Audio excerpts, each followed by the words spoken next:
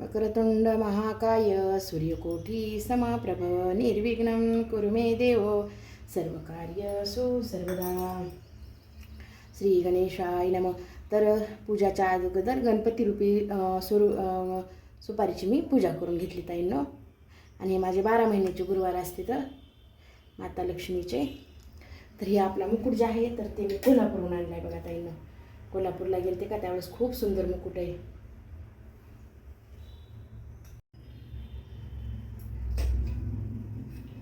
सर्वमंगल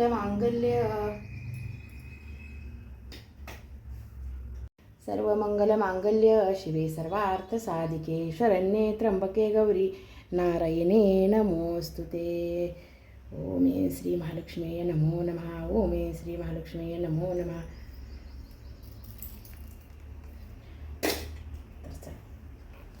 आता पुस्तकाची पूजा करून घेते.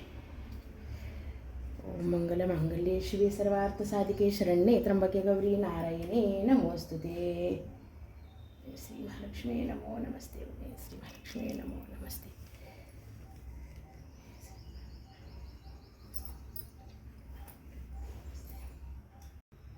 तर ताई ना पोती वाचून घेते आता बरं का.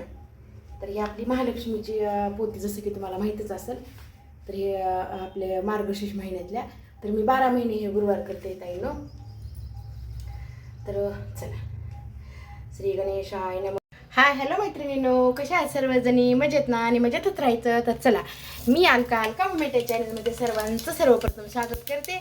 तर मी करत आहे मस्त सुंदर अशी मेथ्या घालून खिचडी.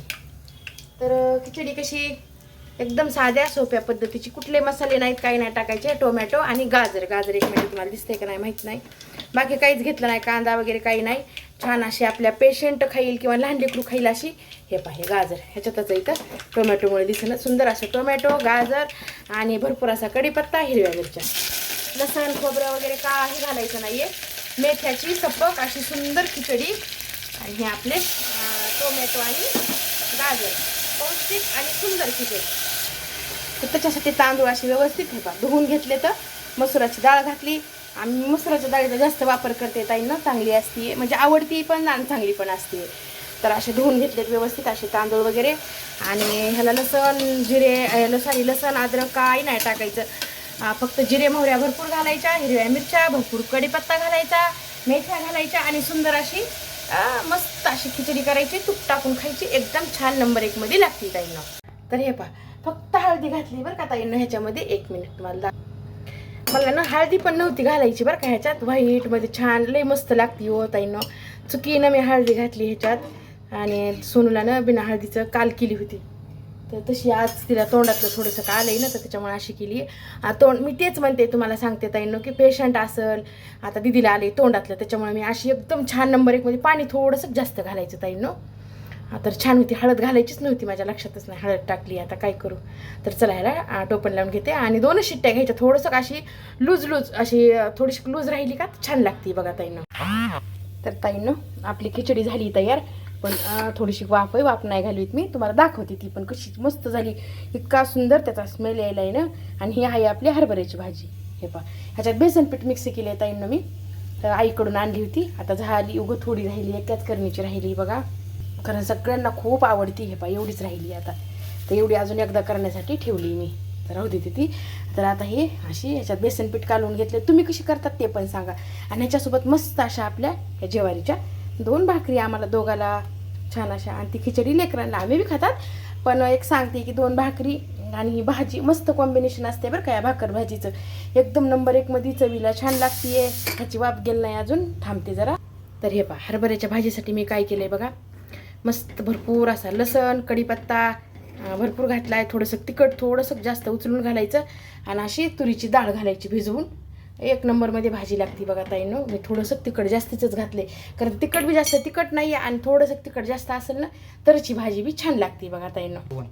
तर हे पहा अशी हटून घ्यायची भाजी. तुम्ही कशी करतात ते सांग. थोडं लांब धर. आता तुम्ही कशी करतात ना ते पण सांगा ताईंनो. माझी तर अशी पद्धत आहे बघा करण्याची. हे पहा 1 नंबरमध्ये लागते छान. आता ह्याला एक ना थोडीशी पातळ म्हणताल तुम्ही, तरी पातळ नाही येत ताईंनो. ह्याला ना एक 5 ते 7 मिनटं लागतात शिजायला.